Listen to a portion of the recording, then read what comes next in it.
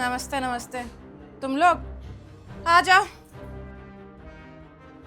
ओ hello, ये अपनी गंदी चप्पल लेना बाहर उतारो। मेरा घर गंदा करने की कोई भी जरूरत नहीं है।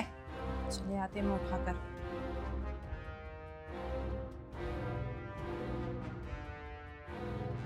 दरवाजा कौन बंद करके आएगा? भैया दरवाजा बंद करके आओ।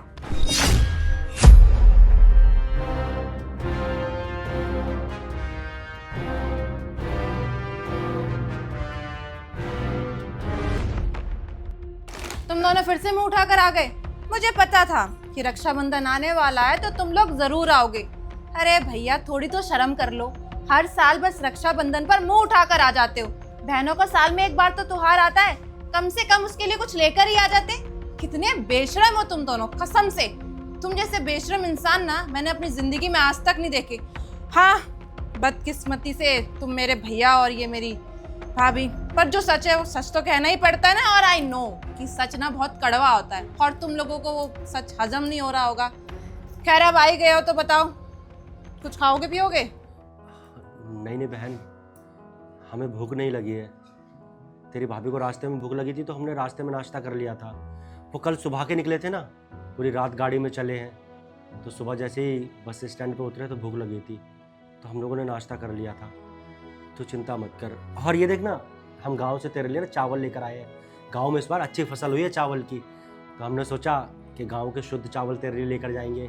शहरों में तो आजकल कितनी मिलावट आती है ना खाने में, इसलिए हमने सोचा कि तेरे लिए चावल लेके चलते हैं। सीरियसली तुम लोग गांव से चावल लेकर आए हो? तुम दोनों को क्या लगता है मेरे घर में राशन की कमी है? ओ भैया एक बार ना आप मुझे देखो, ऊपर से नीचे तक कितनी सच सवर रही हूँ, किसी चीज की कमी नहीं है मेरे पास। और तुम दोनों ना अपने आप को देखो, तुमसे अच्छे तो मेरे बड़े भैया हैं। देखो मुझे ना सोने की रिंग देके गए और मुझे ना 50,000 रुपए भी दिए हैं। उन्होंने बोला छोटी जो तेरे मन में आए तो वो खरीद ले। कम से कम तुम्हारी तरह फकीर और गरीब तो नहीं है। हे भगवान कैसी किस्मत दे दी, एक भाई अमीर दे दिया, एक भाई लिटरली। और मैं तुम दोनों को ना किसी से मिला भी नहीं सकती।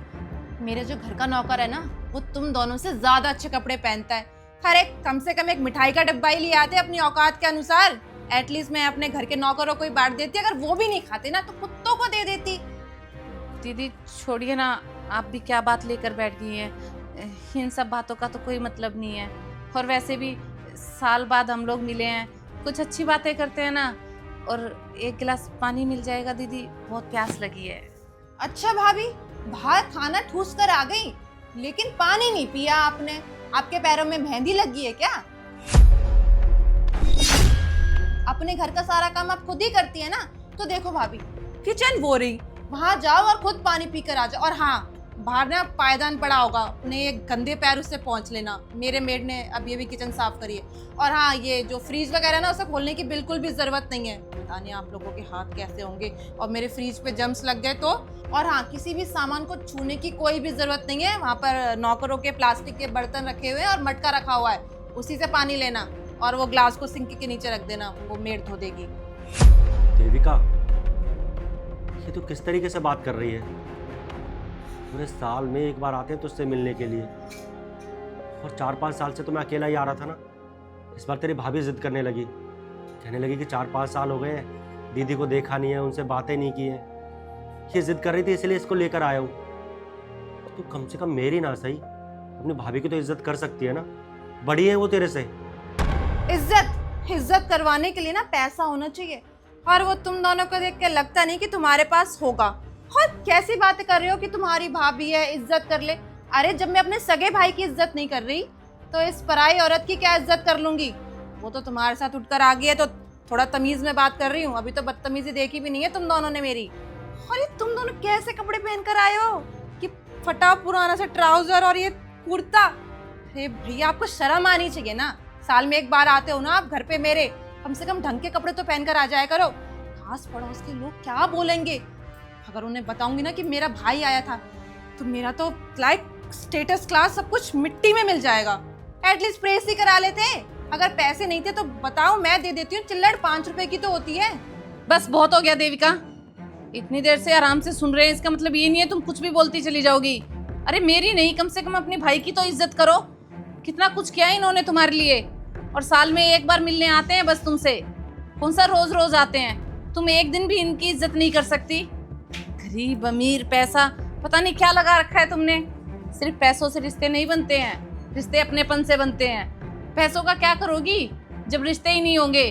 कल को तुम्हारा भाई अगर तुम्हारे पास नहीं आएगा तो लोगों को क्या बताओगी कि तुम्हारा भाई अब नहीं है? ऐसे चाहिए इनको। अरे तुम इस चीज का शुक्र मनाओ कि कम से कम तुम्हारे पास तुम्हारे भाई तो हैं। उन बहनों से पूछो जाकर जिनके पास भाई नहीं होते, तरस जाती हैं बेचारी राखी बांधने के लिए, कलाई ढूंढती फिरती हैं कि कोई कहने के लिए ही भाई बन जाए। और तुम्हारे पास तो जीता जागता भाई है, तब भी तुम उसकी कदर नहीं कर रही हो। और किन पैसों की बात कर रही हो तुम? बड़ा भाई बहुत अमीर है, मैं बहुत अमीर हूँ, बहुत अमीर हो तुम लोग। लेकिन कभी ये सोचा है कि इसकी नींव कहाँ से पड़ी है?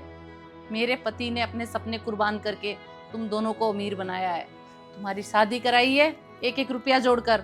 और जिस भाई के तुम गुण गा रही हो ना कि तुम्हें सोने की अंगूठी देकर गया है, 50,000 रुपया देकर गया है, उसको भी इन्होंने पढ़ा लिखा कर काबिल बनाया है। अगर ये नहीं बनाते तो वो आज कुछ भी नहीं होते।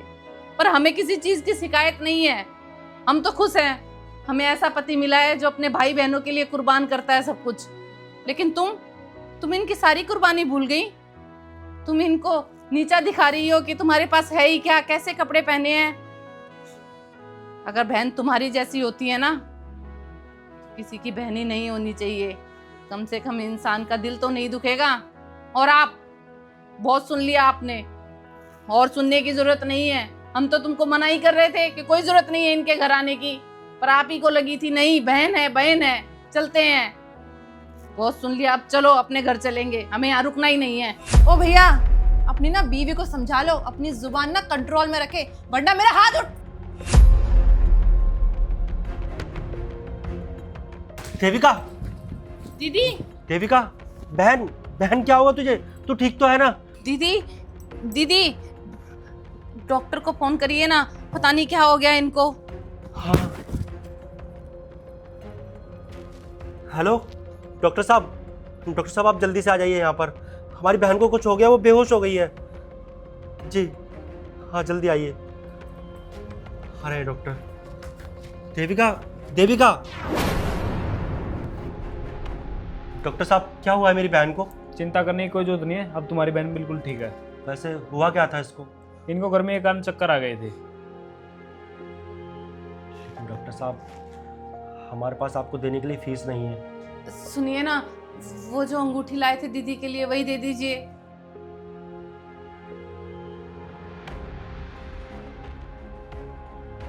डॉक्टर साहब आप ये रख लीजिए। देखिए ये देने की कोई ज़रूरत नहीं है, आप अपने पास रखिए। आप अपनी बहन के लिए बहुत प्यार से लेके आए थे, आप बस इनका ध्यान रखना, मैं चलता हूँ। आपका बहुत बहुत धन्यवाद डॉक्टर साहब।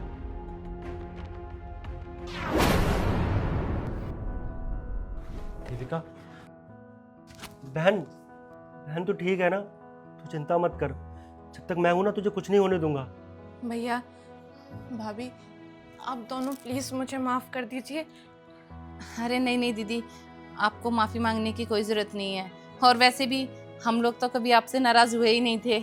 अपनों से भी कोई नाराज़ होता है क्या? नहीं भाभी, भैया मुझसे ना बहुत बड़ी गलती होगी। और भाभी बिल्कुल सही कह रही थी कि चाहे भाई अमीर हो या गरीब, भाई तो भाई होता है ना। और चाहे बड़े भैया ने मुझे ये सोने की अंगूठी दिला दी या 50,000 रुपए दे दिए, लेकिन आज जब मुझ पे मुसीबत आई तो आप दोनों मेरे साथ थे, बड़े भैया नहीं। मैं भी ना एक नंबर की पागल हूँ। ये पैसा अमीरी देख के ना एकदम भौरा गई थी कि मुझे लगा सब कुछ पैसा ही होता है। लेकिन आज मुझे समझ में आया कि पैसा कुछ भी नहीं है, रिश्ते मायने रखते हैं भैया। बहन तू चिंता मत कर। तू कैसी बातें कर रही है? जब तक तेरा बड़ा भाई जिंदा है ना तुझे कुछ नहीं हो सकता। और देख मैं तेरे लिए अंगूठी लेकर आया हूँ, तुझे पसंद थी ना, ये ले रख ले। अब रोती ही रहेगी या राखी भी बांधेगी? बांधूंगी जरूर, लेकिन ये अंगूठी मैं नहीं लूंगी, ये अंगूठी आप भाभी को दोगे। अरे नहीं दीदी, आपके भैया आपके लिए बहुत प्यार से लाए हैं। और ये त्योहार तो आपका है ना, भाई बहनों का, तो इसे आप ही रखिए, मुझे बहुत अच्छा लगेगा। ठीक है भैया, मैं थाली सजा कर लाती हूँ।